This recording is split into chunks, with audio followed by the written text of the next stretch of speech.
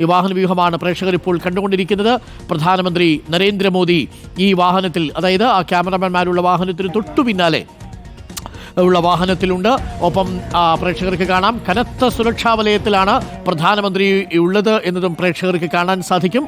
പ്രധാനമന്ത്രിയുടെ വാഹനത്തിനപ്പുറവും ഇപ്പുറവും സുരക്ഷ ഒരുക്കിയിട്ടുണ്ട് എന്നുള്ളതും പ്രേക്ഷകർക്ക് കാണാൻ സാധിക്കുന്നുണ്ട്. പ്രധാനമന്ത്രി നരേന്ദ്രമോദി വഴിയരികിൽ കാത്തുനിന്ന പ്രവർത്തകരെ കൈവീശി കാണിച്ച് കൊണ്ടാണ് ഇപ്പോൾ മിലിറ്ററി ക്യാമ്പിലേക്ക് പോകുന്നത്. തത്സമയ ദൃശ്യങ്ങളാണ് പ്രേക്ഷകർ ഇപ്പോൾ കാണുന്നത്. മിലിറ്ററി ക്യാമ്പിൽ എത്തിയതിനു ശേഷം അവിടെ നിന്നും ഹെലിപ്പാഡിലായിരിക്കും പ്രധാനമന്ത്രി മുഖ്യമന്ത്രിക്കൊപ്പം സഞ്ചരിക്കുക. വിഴിഞ്ഞത്തേക്ക് അഷിൻ അതുവഴി കടന്നു പോവുകയാണല്ലേ പ്രധാനമന്ത്രി?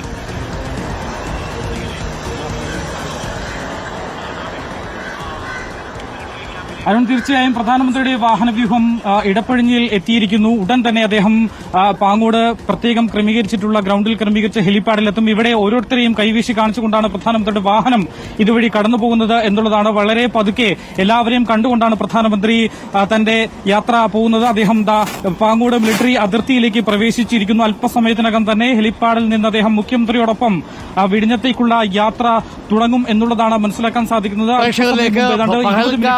ആക്രമണത്തിന്റെ പശ്ചാത്തലത്തിൽ മിലിറ്ററി ക്യാമ്പിനുള്ളിലേക്ക് മാധ്യമപ്രവർത്തകർക്ക് ആർക്കും പ്രവേശനമില്ല. അതുകൊണ്ട് ആ ദൃശ്യങ്ങൾ നമുക്ക് പകർത്തുക സാധ്യമല്ല. ദേശീയ മാധ്യമങ്ങൾക്കും ANI ഫീഡിനും ഇപ്പോൾ ANI മാധ്യമ സംഘത്തിനും അവിടേക്ക് പ്രവേശനമില്ല. അതുകൊണ്ട് തന്നെ പാങ്ങോട് മിലിറ്ററി ക്യാമ്പിന് പുറത്തുനിന്നുള്ള ദൃശ്യങ്ങൾ വരെയാണ് നമുക്ക് നൽകാൻ കഴിയുക. ഇനി അല്പസമയത്തിനുള്ളിൽ പ്രധാനമന്ത്രിയെയും മുഖ്യമന്ത്രിയും വഹിച്ചുകൊണ്ടുള്ള ഹെലികോപ്റ്റർ പാങ്ങോട് മിലിറ്ററി ക്യാമ്പിൽ നിന്ന് പറന്നുയരും. ആ ഹെലികോപ്റ്ററിൽ മുഖ്യമന്ത്രിയും പ്രധാനമന്ത്രിയും വിഴിഞ്ഞത്തേക്ക് എത്തും. 10 മിനിറ്റ് കൊണ്ട് പാങ്ങോട് നിന്നും ഹെലികോപ്റ്ററിൽ മുഖ്യമന്ത്രിക്കും 15-20 മിനിറ്റ് കൊണ്ട് വിഴിഞ്ഞത്തേക്ക് എത്താൻ സാധിക്കും. കൃത്യം 10:15 പ്രധാനമന്ത്രിയും മുഖ്യമന്ത്രിയും വിഴിഞ്ഞത്ത് ഹെലികോപ്റ്റർ ഇറങ്ങും. അതിനുശേഷം അവിടെയുള്ള സ്ഥലമൊക്കെ ഒന്ന് നോക്കിക്കണ്ടതിനു ശേഷം 25 മിനിറ്റോളം വിഴിഞ്ഞം തുറമുഖത്ത് പ്രധാനമന്ത്രി ചെലവഴിക്കും. 11 മണിയോടുകൂടി വേദിയിലേക്ക് എത്തും. 11:10 വിഴിഞ്ഞം തുറമുഖം രാജ്യത്തിന് സമർപ്പിക്കും. 11:15 പ്രധാനമന്ത്രി സംസാരിക്കുകയും ചെയ്യും. ഇതിനിടയിൽ അവിടെ എത്തിച്ചേരുന്ന കൂറ്റൻ മദർഷിപ്പായ MSC സെലസ്റ്റിനോ മരസ്ക എന്ന മദർഷിപ്പിനെ പ്രധാനമന്ത്രി സ്വീകരിക്കുകയും ചെയ്യും. ഇപ്പോൾ പ്രേക്ഷകർ കാണുന്ന ദൃശ്യങ്ങൾ ഇടപ്പഴിഞ്ഞ് ഭാഗത്തെ ദൃശ്യങ്ങളാണ്. പ്രധാനമന്ത്രി ഇടപ്പഴിഞ്ഞ് പിന്നിട്ട് പാങ്ങോട്ടേക്ക് പോയി കഴിഞ്ഞിരിക്കുന്നു. നമുക്കിനി വിഴിഞ്ഞത്തെ ദൃശ്യങ്ങൾ കൂടി കൊടുക്കാവുന്നതാണ്. രാജ്ഭവനിൽ നിന്ന് പുറപ്പെട്ട് ഇടപ്പഴിഞ്ഞ് വഴി പാങ്ങോട്ടേക്ക് പ്രധാനമന്ത്രിയുടെ വാഹനവ്യൂഹം എത്തിക്കഴിഞ്ഞു. മുഖ്യമന്ത്രി ഇപ്പോൾ ഉള്ളത് പാങ്ങോട് മിലിറ്ററി ക്യാമ്പിലാണ്. അവിടേക്ക് ഇപ്പോൾ പ്രധാനമന്ത്രി എത്തിച്ചേരുകയാണ്. സുരക്ഷാ ക്രമീകരണങ്ങൾ ഉള്ളതിനാൽ ഒരു മാധ്യമത്തിനും നിലവിൽ പാങ്ങോട് മിലിറ്ററി ക്യാമ്പിനുള്ളിലേക്ക് പ്രവേശനമില്ല. അവിടെ നിന്നുമാണ് ഹെലികോപ്റ്ററിൽ പ്രധാനമന്ത്രി യാത്ര ആരംഭിക്കുക. എന്നാൽ പ്രധാനമന്ത്രിയും മുഖ്യമന്ത്രിയും ഇറങ്ങുന്ന ഹെലിപ്പാഡിൽ നിന്നും ഞങ്ങളുടെ റിപ്പോർട്ടർമാർ തത്സമയം ചേരും. ഇപ്പോൾ വിഴിഞ്ഞത്തും ഇപ്പോൾ ക്രമീകരണങ്ങൾ നടക്കുകയാണ്. നമുക്ക് ആ ദൃശ്യങ്ങൾ കൂടി കൊടുക്കാം. പ്രധാനപ്പെട്ട അതിഥികൾ ആരൊക്കെയാണ് വിഴിഞ്ഞത്തെത്തിയിരിക്കുന്നത് എന്ന ദൃശ്യങ്ങൾ കൂടി നമുക്ക് പ്രേക്ഷകരെ കാണിക്കാവുന്നതാണ്.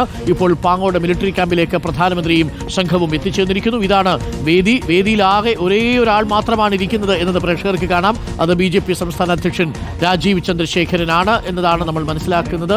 മറ്റ് അതിഥികൾ വേദിയിലേക്ക് എത്തിയിട്ടില്ല.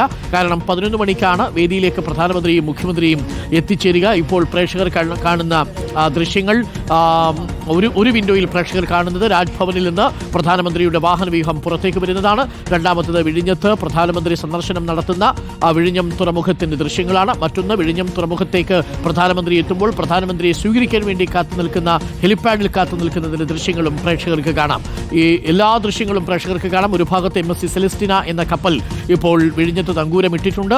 കണ്ടെയ്നറുകളുമായി ആ കപ്പലിന് സ്വീകരണം നൽകിയാണ് പ്രധാനമന്ത്രി വിഴിഞ്ഞം അന്താരാഷ്ട്ര തുറമുഖം രാജ്യത്തിന് സമർപ്പിക്കുക എന്നതാണ് ഏറെ പ്രധാനപ്പെട്ട കാര്യം. അങ്ങനെ കേരളത്തിന്റെ സ്വപ്ന പദ്ധതിയായ വിഴിഞ്ഞം അന്താരാഷ്ട്ര തുറമുഖം അല്പസമയത്തിനുള്ളിൽ പ്രധാനമന്ത്രി നാടിന് സമർപ്പിക്കും. മഹത്തായ ഈ ചടങ്ങിൽ, മനോഹരമായ ഈ ചടങ്ങിൽ, ചരിത്രം കാത്തുനിന്ന ഈ ചടങ്ങിലേക്ക് എല്ലാവരും എത്തിച്ചേരുന്നുണ്ട്. വിവിധ ഇടങ്ങളിൽ നിന്ന് മനുഷ്യർ എത്തിച്ചേരുന്നതിന്റെ ദൃശ്യങ്ങളും പ്രേക്ഷകർ കണ്ടു. രാജ്യത്തിന്റെ വ്യാവസായിക ചരിത്രത്തിൽ ഒന്നാമത്തെ സ്ഥാനത്തേക്ക് എത്താൻ ആഗ്രഹിക്കുന്ന കേരളത്തിന് ഈ പദ്ധതി നൽകുന്ന പ്രതീക്ഷയും കുതിപ്പും ചെറുതല്ല. വമ്പൻ വികസന പദ്ധതികളിലൊന്നായി വിഴിഞ്ഞം തുറമുഖം മാറിക്കഴിഞ്ഞിരിക്കുന്നു.